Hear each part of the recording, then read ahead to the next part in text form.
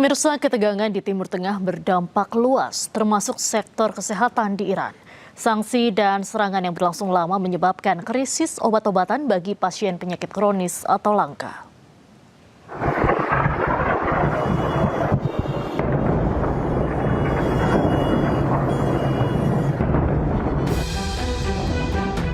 Serangan Amerika Serikat Israel yang bertubi-tubi hingga menghantam fasilitas kesehatan menuai kecaman dari para ahli medis seluruh Iran. Serangan terhadap gudang obat-obatan di Hamadan turut memperparah kondisi. Akibatnya, pasien kronis dengan kebutuhan medis khusus seperti talasemia, hemofilia mengalami kekurangan obat, khususnya di wilayah Madan dan Kermansyah. Tidak hanya itu, tekanan akibat konflik juga meningkatkan kebutuhan transfusi darah. مرکز انبار دارویی رو در همدان مورد اصابت داشتیم که داروهای بیماران MS و بیماران خاص اونجا در واقع مورد اصابت قرار گرفته بود. یک کمبودی رو در یک مقطع زمانی کوتاه داشتیم تو همدان و کرمانشاه و الحمدلله به موقع این با در واقع پیگیری که شد مرتفع شد و بقیه استان‌ها این مشکلات دست میداد. بچه‌های ما بیش از 60% بیماران تالاسمی در ایران به خاطر تزریق مکرر خون ناچار به تحال برداری شدند. Sejak 2018, Amerika Serikat memberlakukan sanksi terhadap Iran. Ia menyasar sektor perbankan, pelayaran, dan program nuklir. Washington menyebut langkah ini untuk menekan Iran untuk menghentikan pengembangan senjata nuklir. Sementara itu, Iran melaporkan 240 serangan terhadap fasilitas kesehatan selama konflik berlangsung, termasuk puluhan rumah sakit dan unit gawat darurat. Namun, Amerika Serikat dan Israel membantah menargetkan fasilitas sipil. Perdana Menteri Israel Benjamin Netanyahu mengatakan Israel mempertahankan kebebasan bertindak untuk menyerang saat ada ancaman yang muncul di Lebanon. גם ברצועת הביטחון, גם צפונית לרצועת הביטחון, גם צפונית לליטני. חופש הפעולה שלנו הוא לסכל איומים. איומים מיידיים, איומים מתהווים. זה ההסכם שעשינו עם ארצות הברית וגם עם ממשלת לבנון. אני לא משלה את עצמי שהדבר הזה יבוא בקלות. אני גם לא חושב, אני אומר את זה ביושר, המלאכה לא הושלמה. יש עדיין שני איומים מרכזיים מלבנון, מחיזבאללה. איום הרקטות 122 ואיום הרחפנים והכטב"מים, וזה דורש שילוב של פעילות מבצעית ופעילות טכנולוגית. אנחנו ריכזנו, שר הביטחון והרמטכ"ל מכירים את זה היטב, אנחנו עושים מאמץ גדול מאוד טכנולוגי לפתור את הבעיות הללו, ואם בשילוב מבצעי וטכנולוגי נפתור אותם, בעצם אנחנו בדרך לפירוק חיזבאללה מנשקו, כי זה הנשק העיקרי שיש לו. זה מה שנשאר לו. יש לו בערך 10% מהטילים שהיו לו בתחילת המלחמה, אבל אלה עדיין מטרידים את תושבי הצפון, ואני מאוד מעריך את העמידה שלהם, את האיתנות שלהם, אבל לנו נשארו שתי משימות, ומה שאני מצפה מכם זה לפתור את שתי הבעיות. Menteri Luar Negeri Prancis Jean-Noël Barrot mengatakan bahwa risiko pembuatan senjata nuklir berada pada titik tertinggi sepanjang masa dengan negara-negara seperti Iran dan Korea Utara menimbulkan ancaman yang tidak dapat ditoleransi oleh negara penandatangan manapun. Diplomatique prodigieux, la communauté internationale parvenait à s'accorder pour conjurer le plus grand de tous les risques. Celui d'une course généralisée à l'armement nucléaire, celui des dévastations qu'une guerre nucléaire aurait pu faire subir à l'humanité tout entière. En signant le traité de non-prolifération des armes nucléaires, les nations du monde parvenaient par le droit à encadrer la force, à placer la force sous la tutelle du droit. Kita ke informasi selanjutnya, pemirsa. Lonjakan harga bahan bakar akibat konflik Iran menekan industri tekstil di Asia termasuk Indonesia.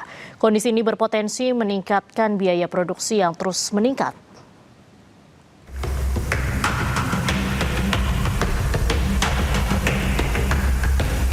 Industri tekstil dan produk tekstil kian tertekan dampak kenaikan harga bahan baku akibat konflik di Timur Tengah.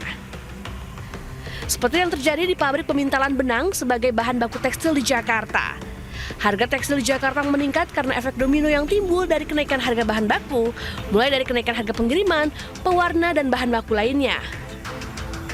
Barang naik gitu, terus tidak stabil kan, tidak stabil, tidak dari harga tadi berapa, harga 24, sekarang 27, itu pun tidak masih belum stabil, masih labil kan, bisa naik sih, mungkin masih bisa naik tapi turun enggak itu.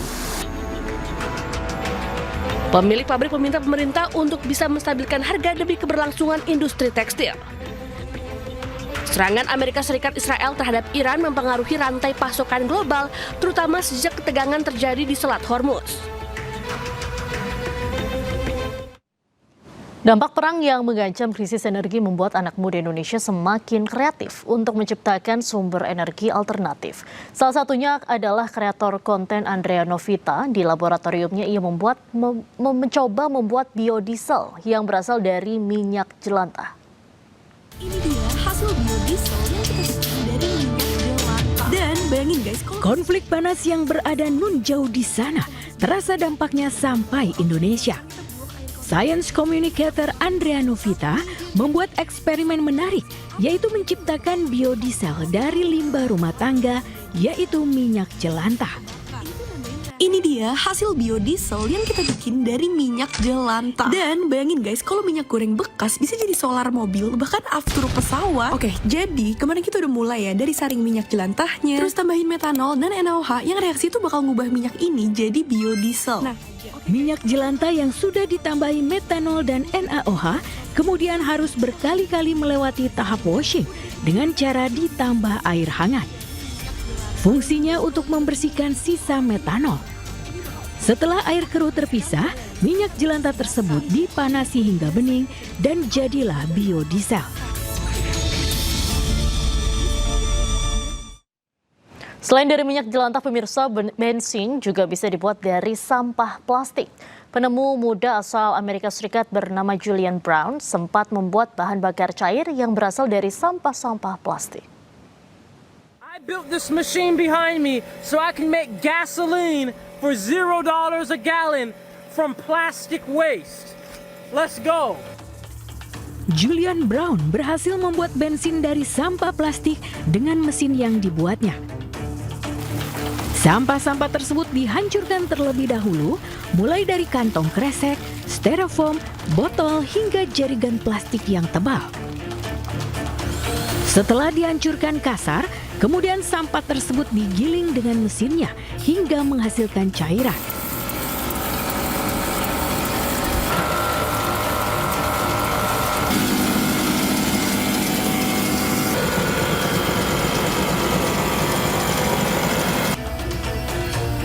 Percobaan ini disebut microwave pyrolysis, yaitu memanaskan plastik tanpa oksigen hingga terurai menjadi minyak. Berbagai eksperimen soal mencari sumber energi alternatif menjadi secercah harapan bagi kita semua agar terhindar dari krisis energi dampak perang. Menggunakan bahan bakar minyak yang berasal dari jerami bukan sesuatu yang mustahil. Kementerian SDM mengundang produsen Bobby Boss untuk membahas kelayakan produk bahan bakar yang mereka hasilkan.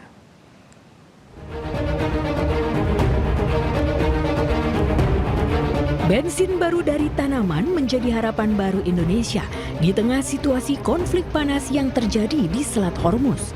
Bahan bakar original buatan Indonesia yang disingkat Bobby Boss akan segera diuji dengan tujuan bisa dijual dengan harga murah di pasaran. Bobby Boss merupakan bahan bakar nabati yang berasal dari jerami. Bobby Boss punya dua jenis bahan bakar, bensin dan solar. Dua-duanya terbuat dari tanaman dan emisinya hampir nol. Waktu peluncuran kemarin, Bobby Boss nggak cuma dites di motor, tapi juga di Toyota Alphard, Innova, serta Nissan Navara bermesin diesel. Semua tangki kita cross habis, kita ganti dengan Bobby Boss. Dan hasilnya, mesin nyala tanpa kendala saat dikendarai mobil berjalan mulus.